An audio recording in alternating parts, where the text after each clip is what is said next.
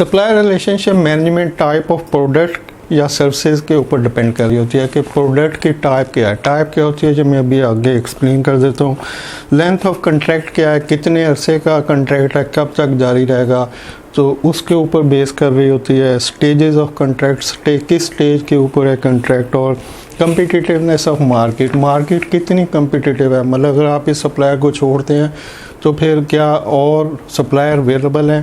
तो ये 3-4 चीज़ें हैं जिनके ऊपर सप्लायर रिलेशनशिप मैनेजमेंट काम कर रही होती है। हमने चैप्टर 1 में एक क्रालजेक मैट्रिक्स पढ़ा था जिसमें ये देखा था कि कुछ आइटम ऐसी होती हैं जो लो वैल्यू लो प्राइस होती हैं, जो कॉमनली अवेलेबल होती हैं। फिर कुछ रॉ मटेरियल होते हैं जो स्ट्रेटजिक प्लानिंग में आपको जाना पड़ता है, और कुछ मोनोपोली प्रोडक्ट्स होती हैं, और कुछ बोटलनेक प्रोडक्ट्स होती हैं जैसे कि high value plant machinery equipments वगैरह, और मोनोपोली प्रोडक्ट्स जो कि एक ही सिंगल सोर्स होता है।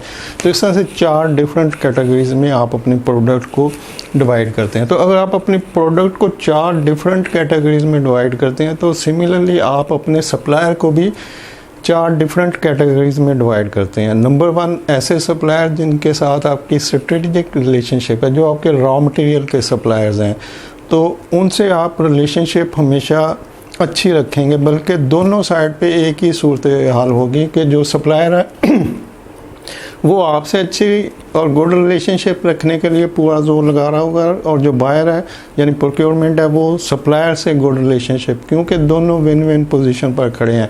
सप्लायर ने अपनी सप्लाई करनी है, उसने अपनी चीज़ें सेल करनी है, अपने रॉ मटेरियल सेल करने हैं, और जो बायर है उसने वो रॉ मटेरियल हर हाल में प्रोक्योर करने, क्योंकि उसकी प्रोडक्शन उसी रॉ मटेरियल के ऊपर बेस कर रही हो। तो दोनों जो सप्लायर और बायर हैं वो स्ट्रेटेजिक रिलेशनशिप में होते हैं और दोनों तल्लुकात को ख़राब नहीं करना चाहते। तो यहाँ पे जो सप्लायर रिलेशनशिप मैनेजमेंट है वो दोनों साइड से एक इफेक्टिव वे में चल रही होती है। जितनी भी इंफॉर्मेशन का डाटा फ्लो है वो बेहतर अंदाज में चल रहा होता है। जो बायर को इंफॉर्मेशन चाहिए वो उनको आ रही होती है, जो सप्लायर को इंफॉर्मेशन चाहिए हो रही होती है वो उधर जा रही होती है। तो दोनों एक बेहतर पोजीशन पर होते हैं। नंबर 2 वो सप्लायर आपके होते हैं जो कि प्लांट मशीनरी के इक्विपमेंट के सप्लायर होते हैं। ये वंस इन ए वाइल कभी साल 2 साल 10 साल के अंदर कोई एक बाइंग होनी होती है, लेकिन चूँकि इस बाइंग की अमाउंट बहुत बड़ी होती है, वैल्यू ज़्यादा होती है, तो वहाँ पे भी आपको सप्लायर रिलेशनशिप मैनेजमेंट में जाना पड़ता है। लेकिन यहाँ पर आपको बहुत थोड़े टाइम के लिए जाना पड़ता है, सिर्फ उतने टाइम के लिए जितने में वो प्लांट मशीनरी की प्रोक्योरमेंट का प्रोसेस चल रहा होता है, उसकी शिपमेंट हो रही होती है, उसकी इंस्टॉलेशन हो रही होती है, फिर सर्विसेज वगैरह का कुछ टाइम होता है। तो बस उतने अरसे के लिए आपकी जो सप्लायर रिलेशनशिप मैनेजमेंट है वो सिमिलर लाइक जैसे रॉ मटेरियल के सप्लायर से है वो होती है। लेकिन रॉ मटेरियल के सप्लायर के साथ जो रिलेशनशिप मैनेजमेंट है वो एक लंबे अरसे तक चलती है। जितना आपका कॉन्ट्रैक्ट है, मे बी वो 10 साल का है, 5 साल का है, तो उतने अरसे तक आपकी रिलेशनशिप मैनेजमेंट कंटिन्यू रहती है। जबकि जो आपके प्लांट मशीनरी इक्विपमेंट के सप्लायर हैं वहाँ पर थोड़े अरसे के लिए सिमिलर लाइक रिलेशनशिप मैनेजमेंट को अडॉप्ट किया जाता है। अब ये 2 तरह की रिलेशनशिप मैनेजमेंट हो गई। और थर्ड वन है आपके वो सप्लायर जो मोनोपोली प्रोडक्ट रखते हैं, वहाँ पे भी आपको सिमिलर लाइक रिलेशनशिप मैनेजमेंट में जाना पड़ता है। आप उन सप्लायर से बिगाड़ नहीं सकते, उनको आपको सिमिलर वे में कंटिन्यू करना पड़ता है, क्योंकि वो सिंगल सोर्स हैं और जो प्रोडक्ट आप उनसे ले रहे हैं वो उन्हीं से मिलनी है। तो वहाँ पर भी आपकी सप्लायर रिलेशनशिप मैनेजमेंट बेहतर होनी चाहिए। और 4th वन वो हैं जो कि आपके जनरल सप्लायर हैं, लो वैल्यू लो प्राइस और कॉमनली अवेलेबल जो चीज़ें होती हैं उनके सप्लायर। बेसिकली इनको सप्लायर नहीं कहा जाता, इनको वेंडर कहा जाता है। वेंडर और सप्लायर में डिफरेंस होता है, और ये जो प्रोक्योरमेंट का फोल्डर है वहाँ पर एक डिटेल वीडियो पड़ी है difference between vendor and supplier. Vendor वो होते हैं जो आपकी जनरल आइटम सप्लाई कर रहे होते हैं, और सप्लायर वो होते हैं जो आपके रॉ मटेरियल सप्लाई कर रहे होते हैं। तो सप्लायर से आप रिलेशनशिप मैनेजमेंट में जाते हैं, जबकि वेंडर को सिंपली मैनेज किया जाता है। कभी भी ये नहीं कहा जाता कि वेंडर रिलेशनशिप, वेंडर को वेंडर मैनेजमेंट कहा जाता है, जबकि सप्लायर को मैनेजमेंट नहीं कहा जाता, सप्लायर से रिलेशनशिप मैनेजमेंट में जाया जाता है, यानी सप्लायर रिलेशनशिप मैनेजमेंट और वेंडर मैनेजमेंट। वेंडर मैनेजमेंट ऐसे ही है जैसे आप बहुत सारे बंदर हैं, आप उनको डांट भी सकते हैं, डरा भी सकते हैं, उनको कुछ खिला भी सकते हैं, प्यार से भी बुला सकते हैं। तो ये आपकी मर्ज़ी है कि आपने उन बंदरों के साथ क्या सलूक करना है। तो सिमिलर लाइक वेंडर मैनेजमेंट है, आप उनको डराएं धमकाएं, प्यार से करें, खाना खिला दें या कुछ भी कर लें। Vendor management similar like monkey handling है। तो क्योंकि ये वो लोग होते हैं जो कि आप को जनरल आइटम सप्लाई कर रहे होते हैं और वो आइटम कॉमनली अवेलेबल होती हैं, लो प्राइस होती हैं। अगर एक वेंडर आपसे नाराज़ होकर जाता है तो आप 10 और ले आएंगे और प्रोडक्ट इजीली अवेलेबल होती हैं, तो यहाँ पे इतना मसला नहीं होता। तो इस तरह से आपके 4 तरह के सप्लायर होते हैं। नंबर 1 वेंडर जो कि कॉमनली अवेलेबल जनरल आइटम, लो प्राइस आइटम सप्लाई कर रहे होते हैं। नंबर 2 आपके मोनोपोली सप्लायर होते हैं जहाँ पे आपको कुछ रिलेशनशिप मैनेजमेंट शो करनी पड़ती है। नंबर 3 आपके प्लांट मशीनरी के सप्लायर हैं, वहाँ भी आपको गुड रिलेशनशिप मैनेजमेंट में जाना पड़ता है लेकिन थोड़े अरसे के लिए। और रॉ मटेरियल के सप्लायर जिनके साथ आपको लॉन्ग टर्म रिलेशनशिप मैनेजमेंट में जाना पड़ता है।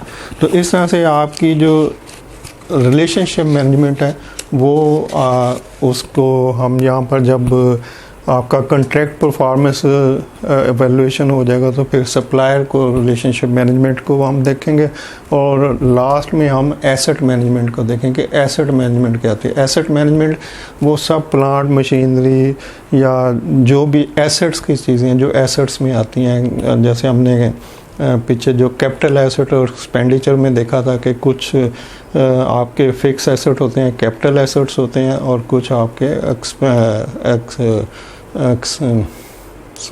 जहन से निकल गया, ओपेक्स होते हैं, ऑपरेशनल एक्सपेंस होते हैं और कैपिटल एसेट के एक्सपेंस होते हैं। तो कैपिटल एसेट जो भी आपके एसेट कैपिटल एसेट में जो चीज़ें आती हैं फिर उनकी मैनेजमेंट की जाती है। जैसे अगर आप जो बड़ी कंपनी है वहाँ पे देखेंगे तो हर एसेट के ऊपर एक टैग लगा होता है। जैसे चेयर भी आपका एसेट है, टेबल है, कंप्यूटर है, बिल्डिंग है, रूम है, इन्वेंट्री है। तो जितनी भी एसेट्स जो ऑफिस में चीज़ें पड़ी होती हैं उनके ऊपर एक नंबर का टैग लगा होता है कि इसका इतना नंबर है।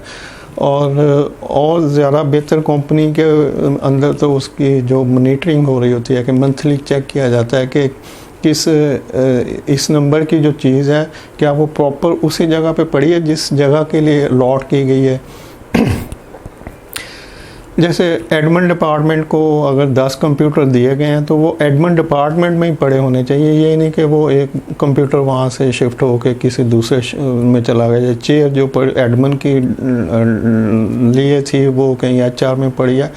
तो इस तरह से वो एक एसेट डिपार्टमेंट होता है जो एसेट को मैनेज कर रहा होता है और वो जितनी भी कंपनी की चीज़ें होती हैं उन सब की प्रॉपर इन्वेंट्री होती है, उनके ऊपर टैगिंग होती है और उसको और उसकी जो लाइफ होती है उसके हिसाब से उसको वहाँ पे मैनेज किया जाता है कि ये जो चीज़ें हैं इतनी लाइफ तक चलनी है, इनकी कितनी लाइफ बाकी बची है, कितनी आगे है और ये चीज़ें जिस जगह के लिए प्रोक्योर की गई थी उसी जगह पर अवेलेबल है। तो जब उनकी लाइफ जो बुक लाइफ होती है वो ज़ीरो हो जाती है तो उसकी जगह रिप्लेसमेंट में नई चीज़ आ जाती है और उसको वहाँ से उठा के ऑक्शन में नीलाम कर दिया जाता है। तो इस तरह से एसेट मैनेजमेंट एक पूरा सब्जेक्ट है जहाँ पे हम उन चीज़ों को जो अदर दैन रॉ मटेरियल और कंज्यूमेबल जो होती हैं, रॉ मटेरियल प्रोडक्शन में कंज्यूम हो जाएंगे, जो जनरल आइटम है वो भी डेली जो वर्क हो रहा था सुबह से शाम उसमें कंज्यूम हो जाएंगी, लेकिन जो बच जाती है चीज़ वो होता है एसेट। जो कैपिटल एसेट में चीज़ें आती हैं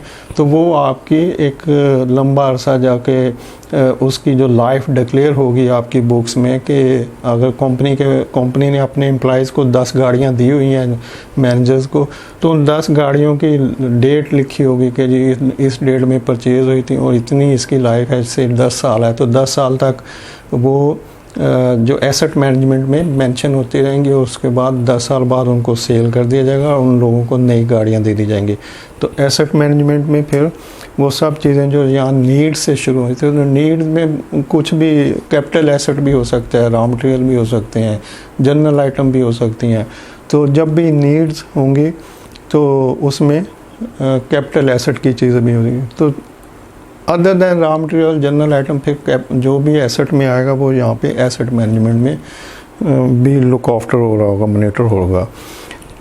अच्छा, एक कंसेप्ट जो यहाँ से मैं पिछले 2-3 लेक्चर सुन रहा था, खुद ही मतलब सुन रहा था कि मैंने क्या बोला है, तो मुझे सारे जो मैंने बोला है 2-3 लेक्चर में, तो मुझे ऐसे सेंस हुई कि शायद हम बल्क बाइंग कर रहे हैं और हम वो कैपिटल एसेट और बड़े बड़े रॉ मटेरियल ही प्रोक्योर कर रहे हैं। तो बेसिकली ऐसा नहीं है। अगर आप ये समझ रहे हैं, ये पूरा प्रोसेस हर आइटम के लिए है, यानी लो वैल्यू कॉमनली अवेलेबल जो प्रोडक्ट हैं छोटे छोटे, उनसे लेके तो आपकी plant machinery raw material goods services सब के लिए प्रोसेस यही होगा कि पहले नीड पैदा होगी, कोई ज़रूरत किसी को पैदा होगी तो उस ज़रूरत के ऊपर मार्केट को स्टडी किया जाएगा, फिर स्ट्रेटजी बनाई जाएगी उसकी प्रोक्योरमेंट के लिए, फिर उसका प्री प्रोक्योर का प्रोसेस किया जाएगा। ये एक किस्म की डेमो प्रोक्योरमेंट होगी कि जैसे आपने कुछ कोई इक्विपमेंट ख़रीदना है तो आप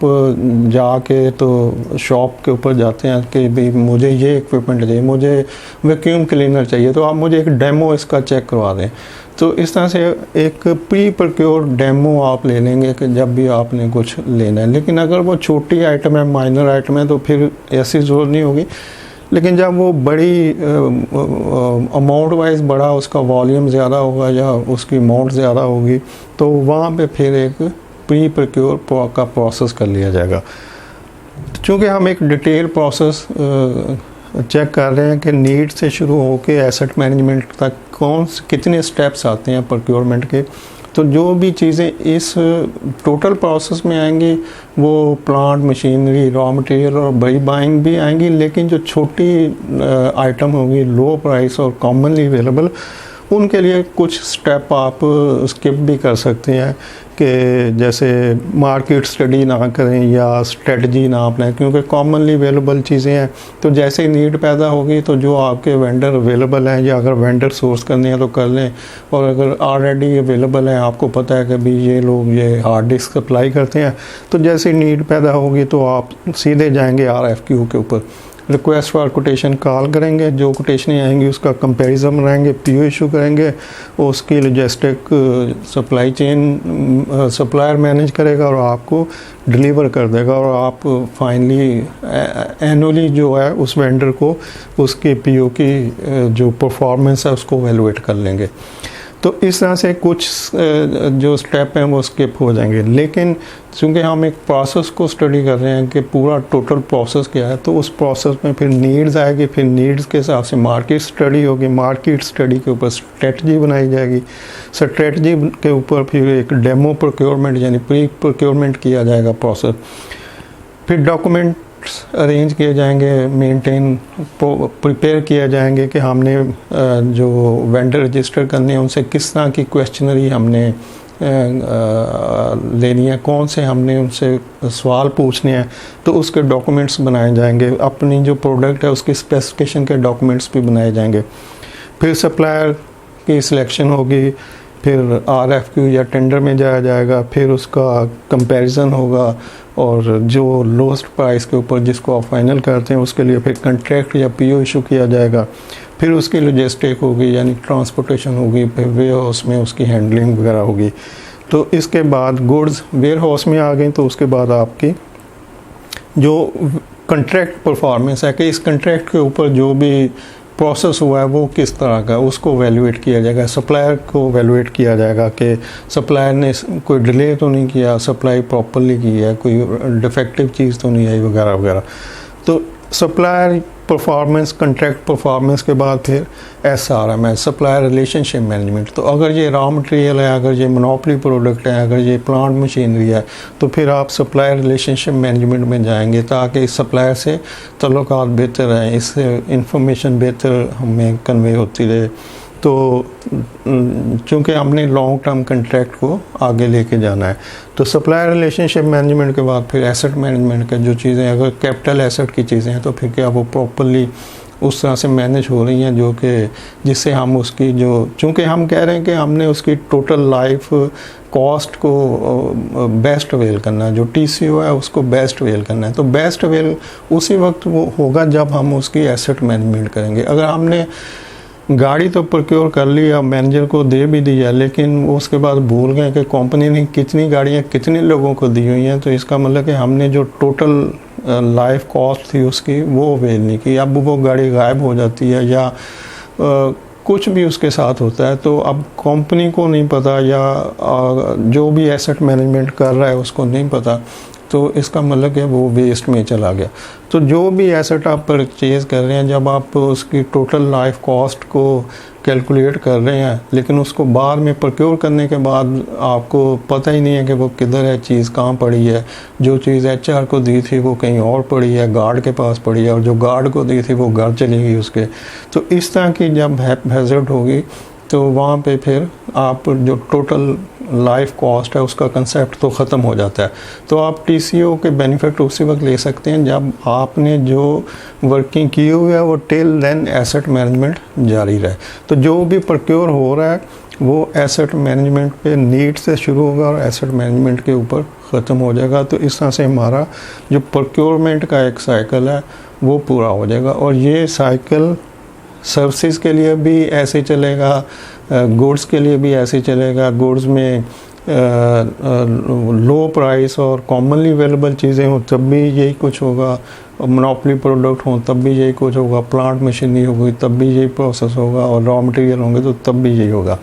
लेकिन हम फोकस इसलिए रॉ मटेरियल पे करते हैं कि रॉ मटेरियल आपके मंथली रोटेट चल रहे होते हैं, रिवॉल्व हो रहे होते हैं। उनकी अमाउंट से जितने मिलियन रुपीस मंथली के रॉ मटेरियल आ रहे हैं वो हर माह रिवॉल्व होनी है, तो वो उसको हम ज़्यादा फोकस करते हैं। फिर हम बड़ी आइटम जो होती हैं उनको फोकस करते हैं, फिर छोटे छोटे आइटम को थोड़ा मन्यूटली लेते हैं। अगर ठीक है इनमें कुछ चीज़ें स्किप भी हो जाए तो कोई बात नहीं। तो प्रोसेस को जब भी डिफ़ाइन करेंगे, खा वो लो प्राइस आइटम हो या हाई प्राइस हो, तो प्रोसेस को इसी तरह से पूरा डिस्क्राइब किया जाएगा। लेकिन इम्प्लीमेंट करते हुए इसमें से कुछ चीज़ें अगर आप छोड़ देते हैं तो वो एक सेपरेट इशू है कि चूँकि वहाँ पे उसकी ज़रूरत नहीं थी तो आपने उसको छोड़ दिया। जैसे RFQ के लिए आप नीड्स के बाद डायरेक्ट RFQ के ऊपर जा सकते हैं, तो ये चीज़ें स्किप हो जाएंगी। लेकिन ये आपका इंटरनल प्रोसेस है, लेकिन जब हम एक सिस्टम को डिस्क्राइब करेंगे तो फिर ये पूरे को एज इट इज़ किया जाएगा। Hope for understanding. कोई क्वेश्चन हो तो आप कर सकते हैं। Thank you. अल्लाह हाफिज़।